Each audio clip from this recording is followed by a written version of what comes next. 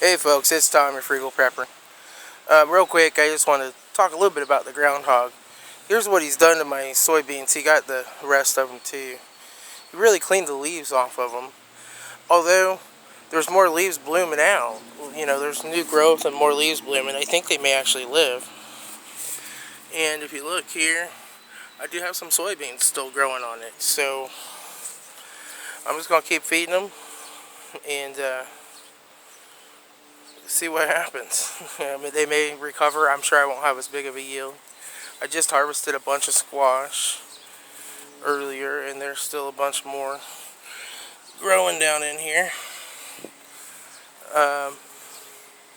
This is the cantaloupes. I think something might be eating some of these leaves, but some of this is just mechanical damage from wind as well. And I'll keep an eye on it. Hey, there's cantaloupe. That one's getting nice and big there. You can see compared to my hand. One growing there, one growing there. That one did not pollinate. We'll get him off of there. I got this mammoth pickle inside. I'll post a picture of it up on the Mitlighter group. I missed it, or I should say cucumber. It's not pickled yet. Thing's huge. That's what happens when you miss them for a couple days. There's the watermelons. I'm not sure what these like little brown spots are, but they started when it was real young, but it's not soft or anything there. So I'm not going to worry about it. I'm just going to let it grow and wait for the tendril right here to dry up, and then it'll be ripe. Tomatoes, I had a couple split. I just had so much rain last night that I got some splitting on a couple, and I ripped those off, but you can see there's still all kinds of tomatoes, and they're setting, you know, more and more fruit farther up. It's time to get out here and prune through these branches again. These aren't so full or bad here, but down here on the end they are getting a little worse and bigger. These things are only supposed to get like 3 to 4 feet tall, and they're almost as tall as me. But yeah, I've been harvesting lots of little cherry tomatoes.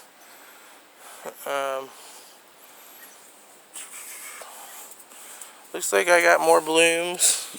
Oh yeah, I got more peppers setting. Still got a bell pepper or two growing in here. But look at all them blooms. So I'm going to have more peppers. The marigold's going to get some pruning. It's going crazy. It's like got one flower clear down inside. It's got a couple more getting ready to bloom though. Kale's still growing. But anyway, yeah, I've been harvesting peas like crazy. These are the sugar snap peas here. And I've just been harvesting. Got me a big bowl of them and stir fried them for lunch today. There's Tinkerbell hunting something. Tank, leave that birdie alone. Hey, get out of there. Come on. There's a mama and a papa trying to train their little baby how to fly. She's staring it down.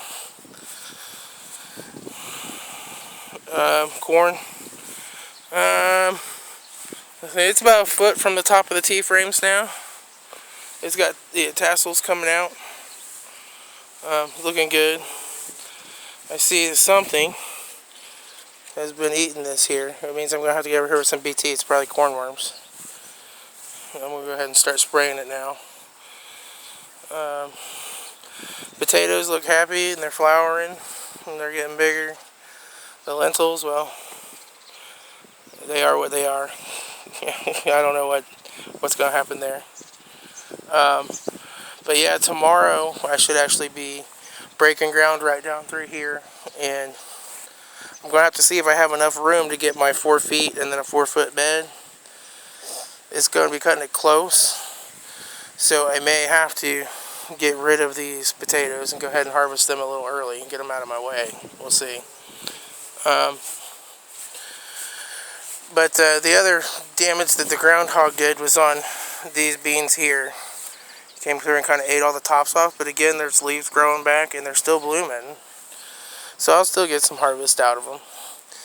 So I did catch the groundhog. I had to try several types of bait. Normally, an apple cut in half and thrown in the trap will work just fine. But he used to come up over there where that tire is. I blocked that off. Then he started coming out the side of the shed here where this wood is. I piled wood over it. Then he dug a new hole and started coming out right here. And that's when he, after he dug that hole, is when he came over and started eating my garden. So what I use is a box trap. I've had a couple people ask what a box trap is. That's your box trap. Basically, it's got this little doodad here that you pull up out of the top, like so, and that allows this metal piece to come back, and then you just flip this up. I'm trying to do this one-handed. There. And once you flip that up, you take this little piece here and turn it, which allows that to lock in. And now your door's locked open, and then there's a trip plate inside. So once he goes back there and he steps on that plate, the latch will fall down like so, and he is stuck. Now this one's just solid plastic, which I actually really like, and the reason is groundhogs and raccoons and those types of animals have claws, rather significantly claws, the rather significant ones that will tear you up. They got teeth, they bite. You don't know if they have rabies. You don't want to get bitten by them, because then you got to go get shots to be sure, and that's a long and painful and very expensive process. So they make the ones that are just like wire cages. I don't like those because a lot of times they can still get their claws out. They might still be able to bite a finger. I just don't think they're safe. With these, basically when it's time to let them go, you can go ahead and trip this. With the trap set up like this on the end, he's not going to be able to climb straight up there. He won't be able to get any grip to climb out. And then I'll usually take it out like this, and then I just take it and drop it down this way, and they'll run out when it's time to let them go. Although I can't say that I let mine go officially. I cannot confirm or deny that, because it's actually technically illegal in my county to trap them and release them. Having a box trap like this would be real handy. Now this one came from my father-in-law. He is a professional trapper, like licensed trapper, and used to do it quite a bit to make extra money.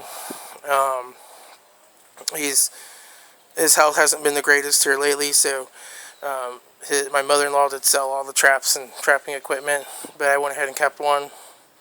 But I think an investment in a good trap is also good, and kind of a real bad situation if you had to go trap an animal for food. Traps are a good way to get food because you don't have to sit there all day. You can set the trap and come back and check it every so often. So traps are a real good low energy expenditure way to get meat. And yeah, you can eat groundhogs and raccoons and anything. Ideally you might catch some bunnies.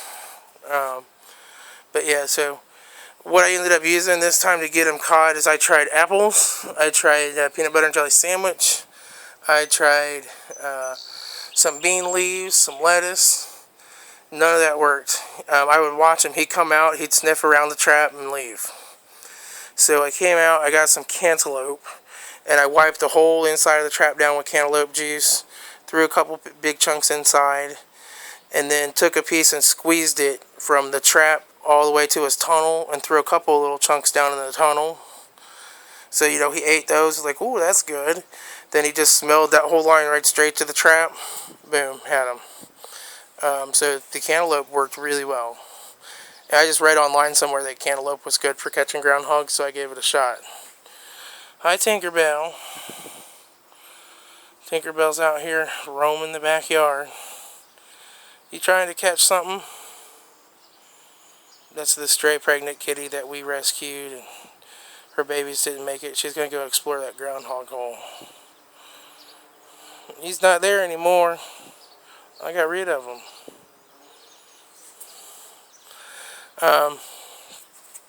But yeah, that's basically what I did. I mean, I have trapped raccoons before by accident. I'm normally after groundhogs. Raccoons don't seem to do too much around here. It's in my garden anyway. So a lot of times I'll just let them go or whatever. Although I can't officially confirm or deny that on YouTube because it's illegal in my county.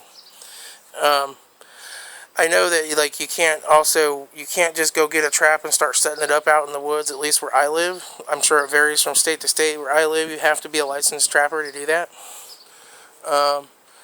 And you have to be a licensed trapper really to set the trap up on anybody's property but your own.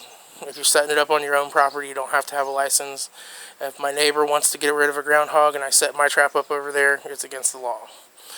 I don't know if I lent them my trap and they set it up. I don't know. I have to read. But when my father-in-law still had him, every trap had to have like his tag with his trapper license number on it.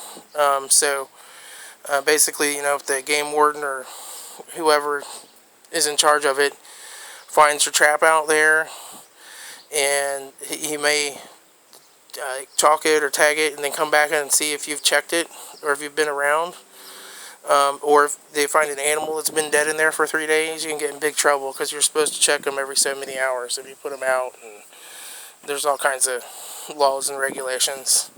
So just be aware of that if you get a trap, and, you know, depending on how bad of the SHTF or WRLs the situation is, it may or may not matter. But if it's just sort of bad, but there's still law, you know, if you're planning on doing some trapping, you may, I think in our state, you just basically take a test and send it in and get a license.